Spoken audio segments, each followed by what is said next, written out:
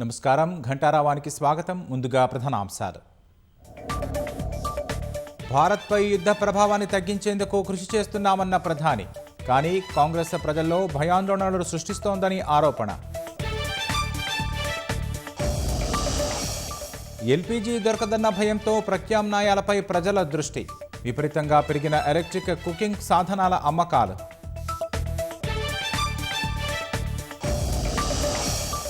Oil palm అన్ని విధాలా లాభదాయకమైన పంట అన్న తుమ్మల. రైతులు ధైర్యంగా సాగు చేయొచ్చని మంత్రి సూచన.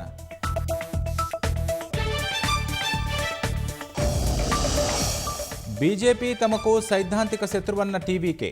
పొత్తు పెట్టుకునే ప్రసక్తే లేదని స్పష్టీకరణ.